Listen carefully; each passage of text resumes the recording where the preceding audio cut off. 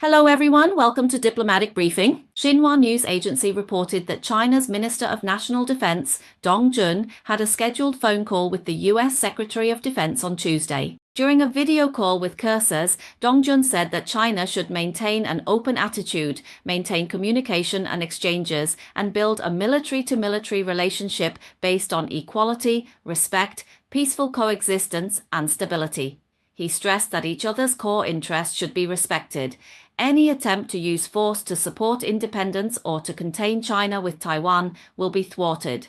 Dong Jun said that China is committed to working with regional countries to maintain peace and stability in the South China Sea and firmly opposes individual countries' infringements and provocations and deliberate incitement by foreign countries. China has always focused on developing itself and firmly defending itself.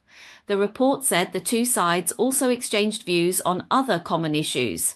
The Japan Economic News reported on August 29 that Heiseth had proposed a call with the Chinese defense minister, but China did not respond to the information and did not give a clear answer. The report quoted two current and former officials who did not want to be named as saying that China was hesitant about the call because Beijing did not see a clear path to improve relations.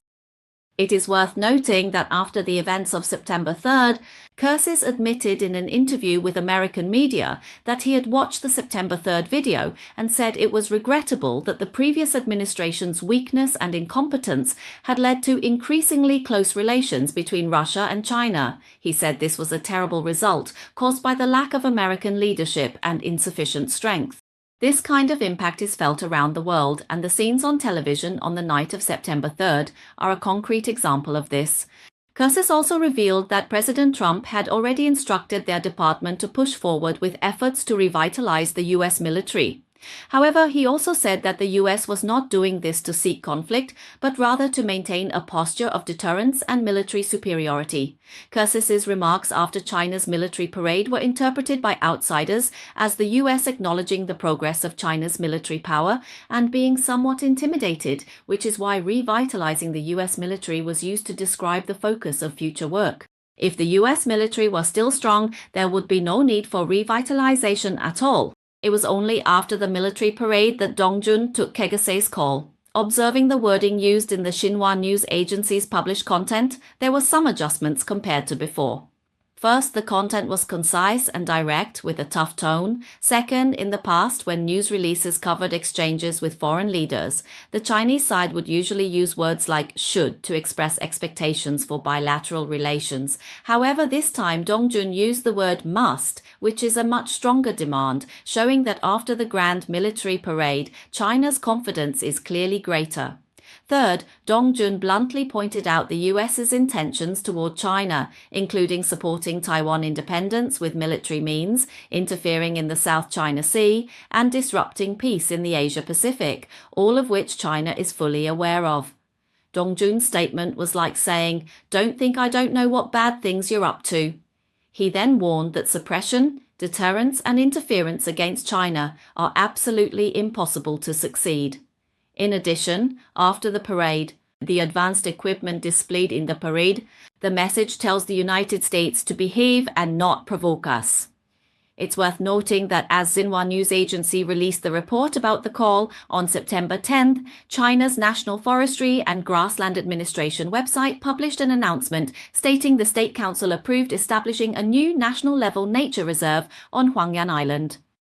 According to the relevant provisions of the Regulations of the People's Republic of China on Nature Reserves, the area, boundaries, and functional zoning of the Huangyan Island National Nature Reserve are hereby announced.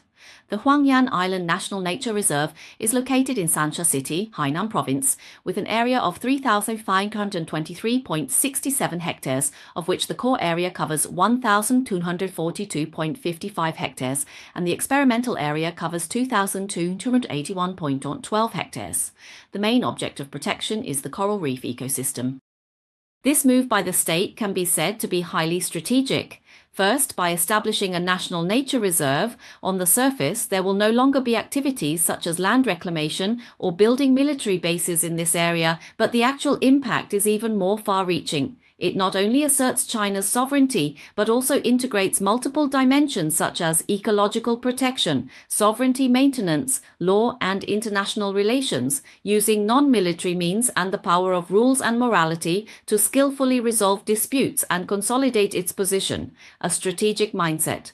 Second, the Philippines has long played the victim in front of Western media, claiming that China bullies the weak.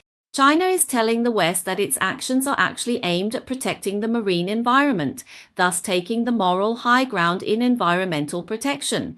Third, this also implies that foreign vessels should not approach and interfere with the growth of China's coral reefs. Otherwise, it would be illegal and must be dealt with. Fourth, according to Chinese law, projects such as land reclamation are not allowed within the protected area, but experimental zones on the reefs, if approved and meeting the requirements, can actually carry out certain projects. However, after seeing this, after the events of March 9th, in fact, China no longer really needs to carry out large-scale land reclamation near Scarborough Shoal. After demonstrating its strength, an interesting scene of mutual courtesy actually occurred between the US and European allies. On September 10th, Reuters quoted sources as revealing that US President Trump personally told EU officials that in order to force Russian President Putin to negotiate with Ukraine to end the war, he intends to significantly increase tariffs on India and China, and urged the EU to impose so-called secondary tariffs of up to 100% on Chinese products, while also encouraging the EU to take similar measures against India. According to a Reuters report, a US official and an EU official revealed that Trump made this request to the EU during a call with EU officials on September 9th local time as part of efforts to pressure Russia.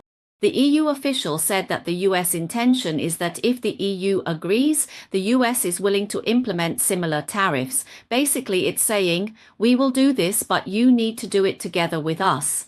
Bloomberg's report also mentioned the US side statement. After the EU took the lead in imposing taxes on buyers of Russian energy, the US expressed willingness to follow the EU's approach. However, sources have said that unless the US takes action, the EU is unlikely to agree to the so-called secondary taxation. Reuters pointed out that if the EU compromises, it would lead to a strategic shift for the EU, which had previously preferred to isolate Russia through sanctions rather than tariffs. In fact, a day before Reuters' exclusive report, the Financial Times had already reported for the first time about the US pressuring the EU to impose tariffs on China, stating that EU officials are discussing implementing tariffs on China and other countries that purchase Russian oil and natural gas. Currently, the Trump administration is increasing pressure on the EU, demanding that the EU follow the US in implementing so-called secondary sanctions. However, sources say, unless the US also takes action against China's energy imports, it is impossible for this to be adopted. In addition, people familiar with the preliminary negotiations also said that any progress by the EU would require the full support and coordination of the United States. However, the Financial Times also mentioned that the EU needs unanimous support from all 27 member states. At the same time, the EU is also unwilling to impose secondary sanctions on India similar to those of the US, as this would run counter to the EU's efforts to deepen trade relations with India. The EU also dares not sanction China, fearing retaliation from Beijing, since China is the EU's second largest trading partner after the United States. Yet, while Trump is pressuring the EU to sanction countries like China and India, the US itself has not taken the lead in taking action. Currently, after the US imposed tariffs as high as 50% on India's purchases of Russian oil, it has not taken any further action. On August 15th, at the conclusion of the US-Russia summit in Alaska, Trump said there was no immediate need to consider retaliatory tariffs on buyers of Russian energy, such as China. However, he also pointed out at the time that the issue would need to be reconsidered in 2 or 3 weeks. Trump is now pressuring the EU to completely rid itself of dependence on Russian energy. However, Hungary and Slovakia still rely heavily on imports of Russian natural gas and oil. France, Belgium, Spain, and the Netherlands are also buyers of Russian natural gas, with France having become the main entry point for Russian liquefied natural gas into Europe. The EU has plans to completely ban Russian natural gas by the end of 2027, but this has been opposed by France and Belgium. The two countries have called on the EU to provide more assurances about the economic and legal consequences before making a decision. According to tracking agencies, last year France, Belgium, Spain and the Netherlands imported 16.77 million tons. Russian liquefied natural gas accounts for about 97% of the EU's total imports and also makes up more than half of Russia's global exports. To summarize, first, the United States is basically saying, EU, why don't you impose a 100% tariff on China and India first? I'll follow your lead.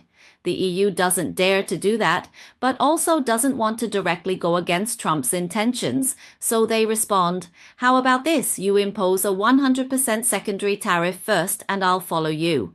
In reality, everyone knows that whoever acts first will get into big trouble. This back and forth is quite a diplomatic oddity. Second, countries within the EU are all buying Russian energy, yet they want to sanction China and India for buying Russian oil. How can this logic possibly be explained? If they really do this, it just shows that US and European politics have become this shameless. Honestly, there's no point in saying much more to them. Third, China has already made its position clear. History has proven that sanctions from the US and the West will not affect China's energy strategy. In August, Foreign Ministry spokesperson Mao Ning addressed US secondary sanctions. She noted China firmly opposes measures lacking basis in international law. These are illegal unilateral sanctions not authorized by the UN Security Council. China will take necessary measures to safeguard rights and interests of Chinese enterprises. In other words, if anyone dares to take the lead in attacking or sanctioning China, China will definitely retaliate.